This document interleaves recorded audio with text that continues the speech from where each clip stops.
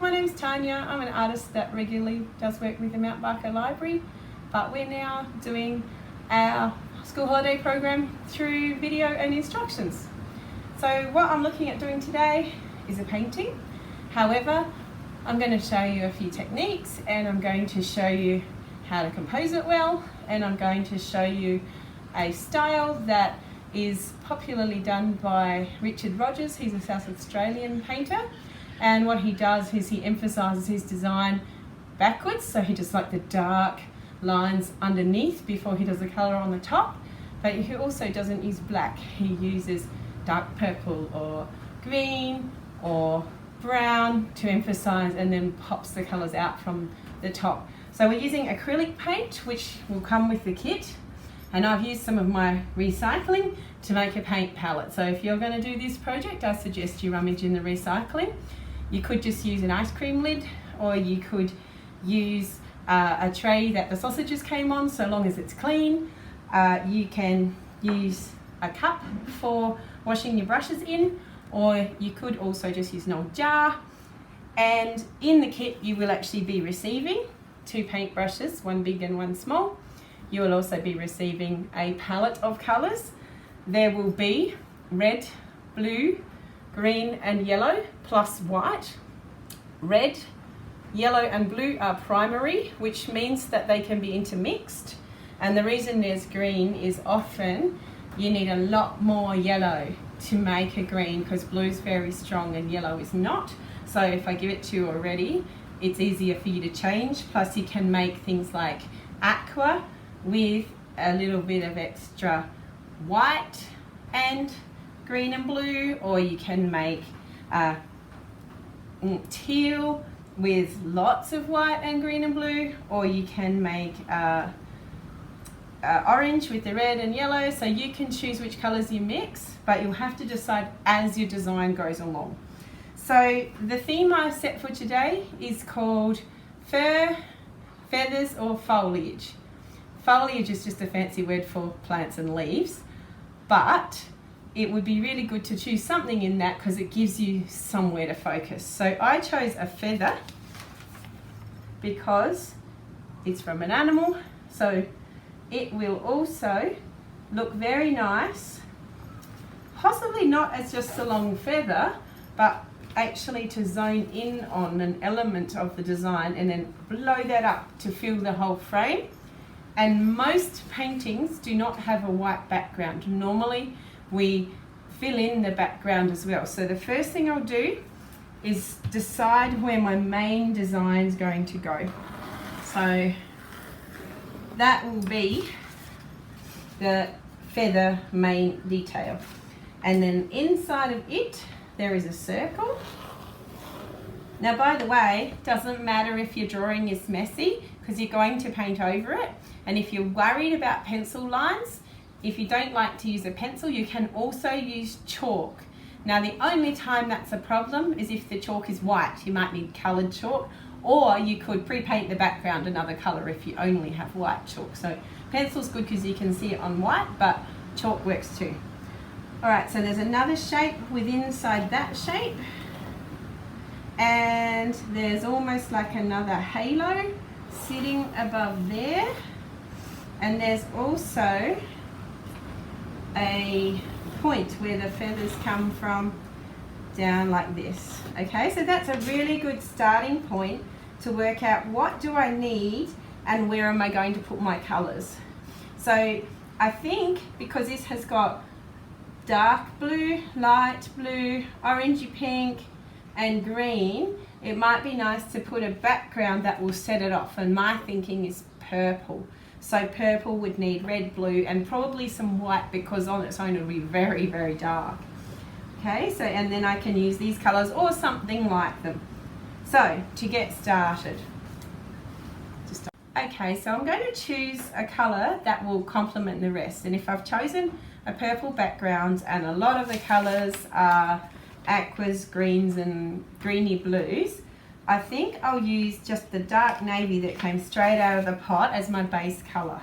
Now it's okay to make these lines too thick because we're going to paint over them and up to them and things like that. So this is more about blocking in areas, okay?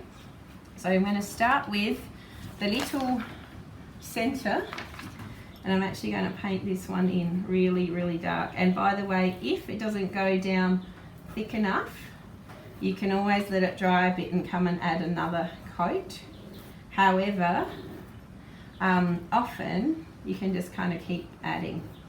So one of the things I like about the painter Richard Rogers is that he often uses his canvas like his palette. So rather than doing all the mixing there, he will actually mix it around on the actual canvas, which is great fun with the colour mixing, but also means that you can be fast in your processes.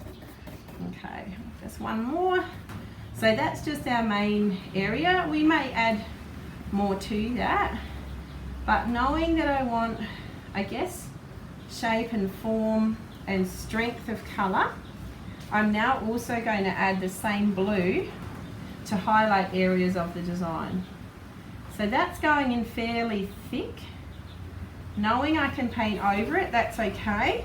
If I actually wanted to make a much smaller line and a much neater line, this is a torn piece of cardboard, I'm bending it, you could actually apply it in a different way. So that's lots of things that can be tools. You could use a stick from your garden, you could use a paddle pop stick, and sometimes you might decide to break these things if you don't like the edge that they have.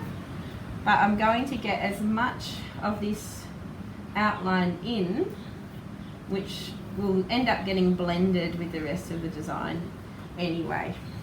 Now the outer area is much greener, but what I might do is, because I've already got blue on my brush, and by the way, you'll get little pots, but do any mixing on a separate tray or on the canvas so that you don't contaminate the originals. But I'm now using my dirty blue brush and dragging a bit of the green paint out, probably adding a little bit more blue to it, and then I'm going to use that to continue doing line work around this.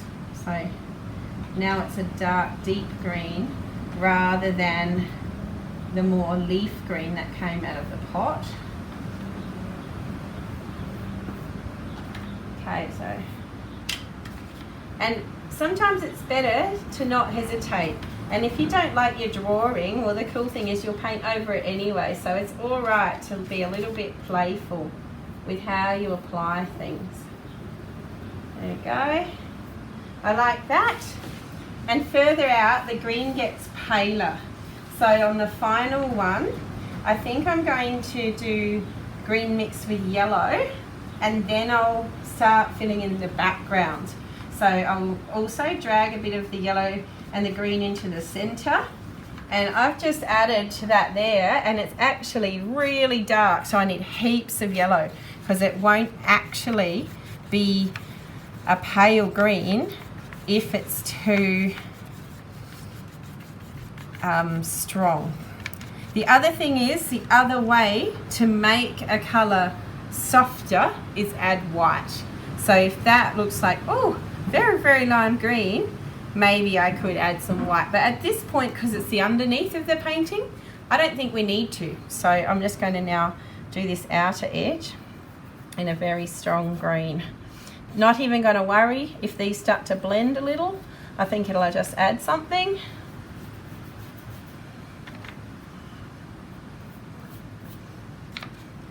I splattered a bit up further, but that doesn't bother me either, because when I do the background, it'll just add interest. But it definitely helps to have an idea of what you plan to paint. So if you didn't know what to paint, it can be hard. The best place to find ideas is take your camera and actually photograph something, or look on the internet, print something out, find a book. There's so many ways to come up with a design. This is a very good starting point. I am going to need to mix some of these colours, but now that I know where the main thing will be, I'm now going to work on background. Now, in this image, there's lots of little tendrils, the fluffy bits of feather. What I think I'm going to do is just halo some of those in so that I can avoid those when I add my background colour. So yeah, never be afraid to overload your brush either. It's better to have too much paint than not enough. And the detail will come later, so it's almost like you have to do the bones of the situation. And if you want straight pointy lines, now's not the time to be doing it. You're more interested in just getting a feel of a bit of what you're after at the first stage of the painting. Alright, that'll help me to leave some areas unpainted once I mix up my purple. I think that'll do, just getting that shape in there. Okay, so happy with inside.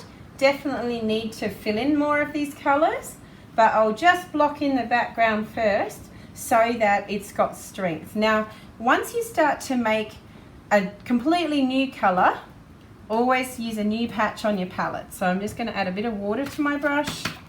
I'm going to dig up some of this red and put it across here. And then I'll do the same with some, I'll just clean it a bit. Some of the purple we haven't, blue that we haven't used. Okay, and a blue's very strong. So I have a suspicion this is going to need white, because that is burgundy, you know. So what I'll do is, I'll use my white that I have here. Now, you can use a plastic spoon, a paddle pot stick, whatever you like to add the white.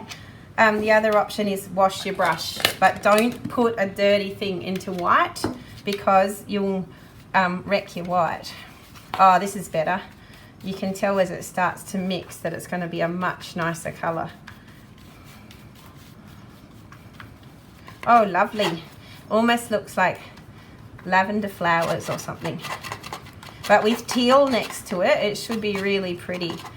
Okay, so I'm just going to sit here with the fatter of my brushes and patch in purple. I'm going to patch up all to my lines, smudge it around. If it won't move enough, I'm going to include a sponge in the kit, so you'll be able to even move it with a sponge because it actually fills it in better. You know, sometimes a brush just doesn't cut it. And so we'll just stop here for a moment, and then when you come back I will have done the whole background and we can continue with how to get more detail.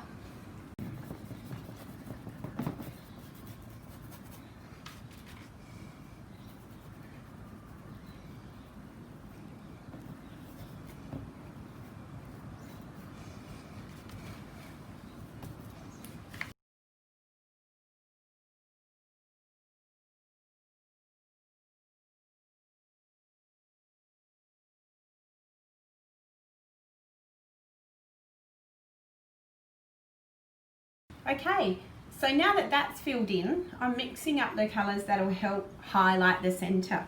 I cleaned one of the areas of my palette. I've decided after the purple there's not going to be any more red needed, so I'm now using blue and white and green to make my yellow, greens and blue type colours. There may be a bit of yellow in it, we'll see if I want to, I'm not sure. I need to start painting because when you see it on the board you can tell. I think I need, more importantly, is a bright pale blue to go in here. So we'll start there and then I'll start mixing to green after that. Yeah, I think I like that colour. So this one's going to go in here. Again, I'm using quite a big brush. Sometimes I don't think it matters if there's a little bit of overlap because I can always come back and do highlighting with a finer brush later in the process. So I'm more interested in blocks of colour at this point, and detail can come further on down the track. So, oh, that's a lovely blue and it sets off the other one as well. So the aim is to not really see any of the white canvas underneath, although it is okay if your painting's a little bit patchy, so long as it doesn't have deliberate streaks. Now, knowing that's there, sometimes it's good if the colour flashes about in other parts of it. So I think I'll just put a little bit down here. It'll just get blended in. and a little bit up with some of the feathers. And once I do a bit more mixing, it'll just bring little highlights in. I'll deliberately leave parts of it showing through my paint, okay? And that's enough of the blue. So now I want to do, in this one, there was an orange, but I think I'd rather do it more of a purpley color to bring in the outside with the inside. It'll look better. So rather than use an orange, I think what I'll do is do a soft bluey purple. So I'm going to mix some of the blue I've made with the purple I had before. Yeah, I think that'll look better because the colors will be more compatible. Because you've got to remember that the reference picture isn't actually the end product, it's just an inspiration. You don't have to do the colors true to nature. Okay, so I'll put, yeah, that's nice. So it's not exactly the same as the color before, and I think I'll end up putting some flecks of green over this as well. So I like to add texture. Texture helps.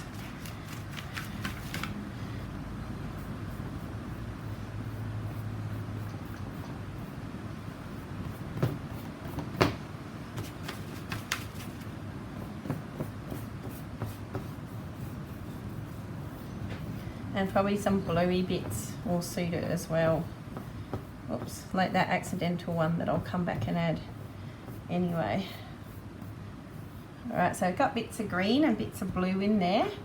So now I'm actually going to deliberately put some blue on my brush and then kind of dry the bristles a bit so that there's not a lot of paint in there. And what I'm wanting is to create streaks rather than actual large amounts of it. So it also gives it that feathery feeling because this is actually a close-up of an actual feather, so you want it to feel like there's some fluffness to it. So this is creating texture as well as color variation.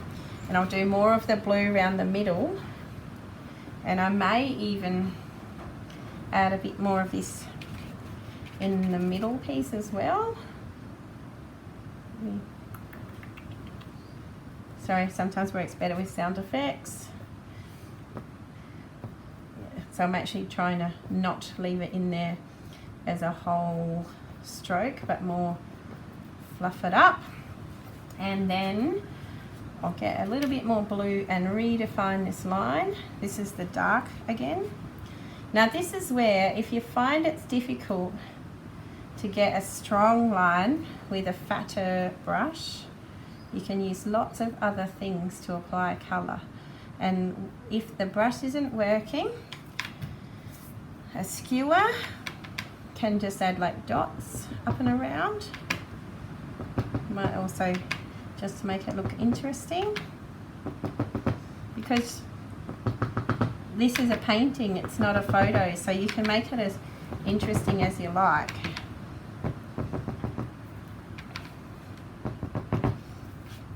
Got to keep loading this because it doesn't hold as much as the paint brush does.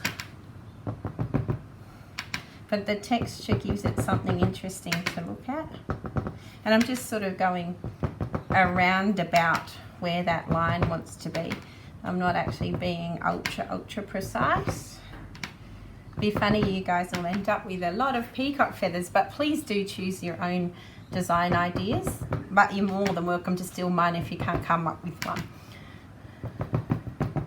Okay, I like that better. So now I've done with the blue, I'm ready to do different greens.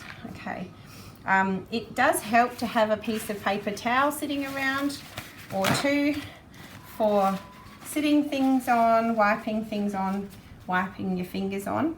And we don't actually want to ruin our table, so I put a cloth down, but anything down is useful. Okay, next, green. I'm now going to bring some of the green from here over into my blue and make it nice and soft in colour.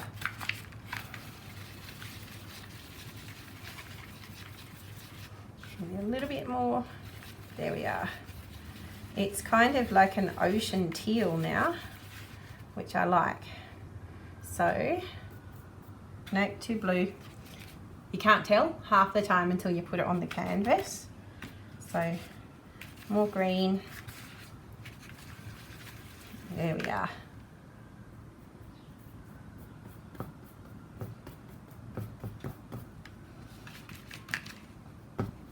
Again, we can come back with that dark green in a little while and re-highlight that area.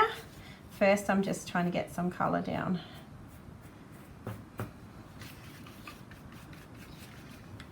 And this one's meant to be similar.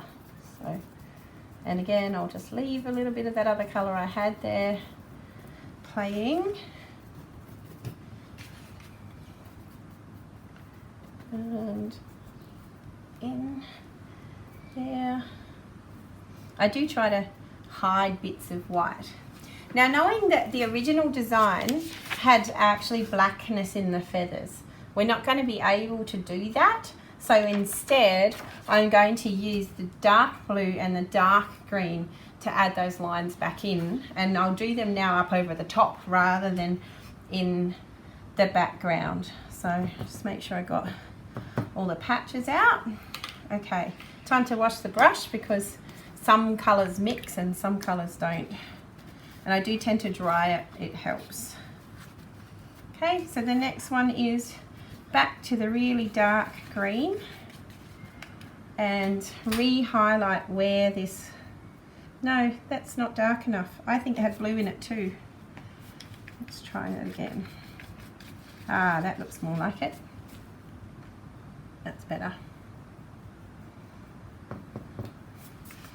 See, so the minute you put a wrong stroke doesn't necessarily mean it's a problem because you can just paint over it.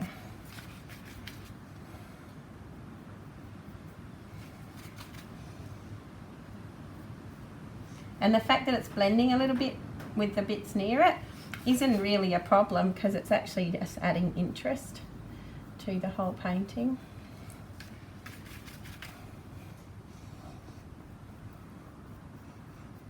And I think some of this into some of these other areas might look nice. So I'll just try and clear my brush and get strong paint up and in.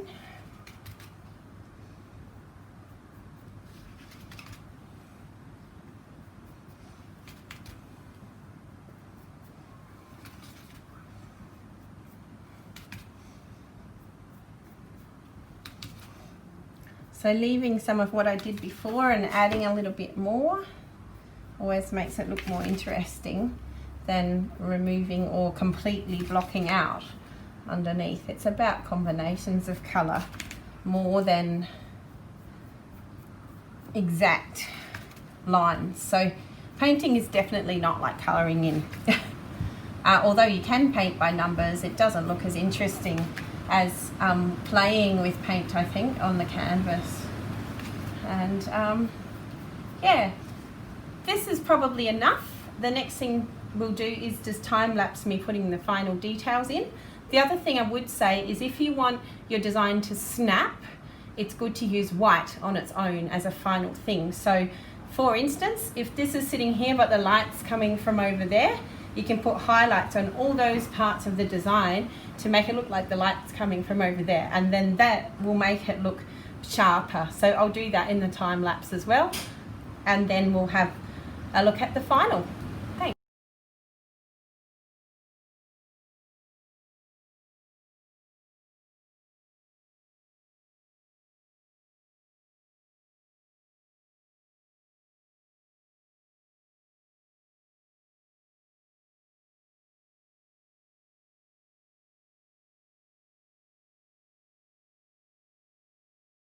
So I filled in, I've put colours together, I used a broken stick, I used all sorts of things to get more interest and more shape. I smudged and it doesn't look as static. So now I'd like to add white to highlight areas of the design. So the first area I'm going to do is just the inside of the feather in a couple of locations. just to kind of create a definition line between, and I'm not even going to do it on all areas, I'm just going to do it on parts, as if there's a shadow or a reflection, and then I'm going to do it on the outer edge only of some of this.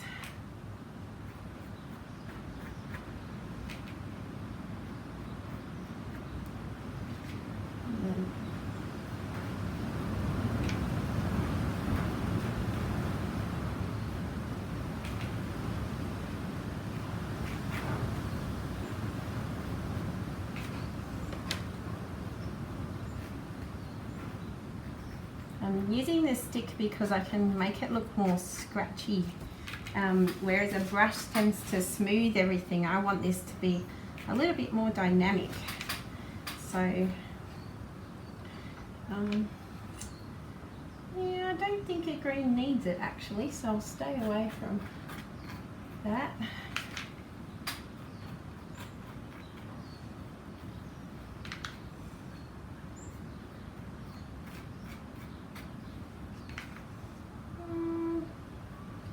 Yeah.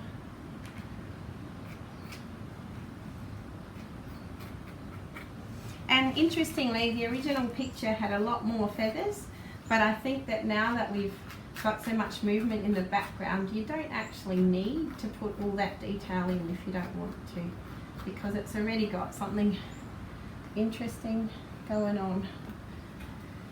Come down into that corner.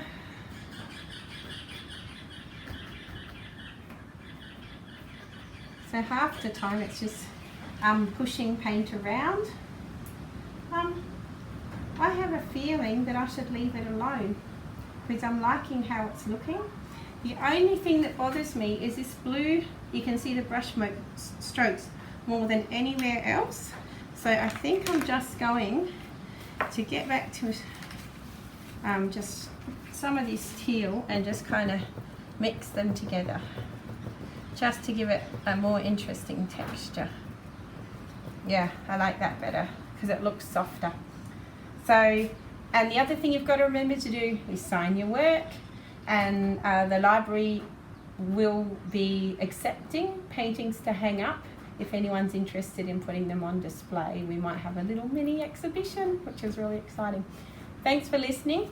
Remember, if you were working on a table without a cloth, clean it really well and make sure there's no paint. Wash your brushes and check your clothes, because this is water-based, but if you let it set, you won't get it out. So if you accidentally got it on your clothes, go and find the laundry detergent now.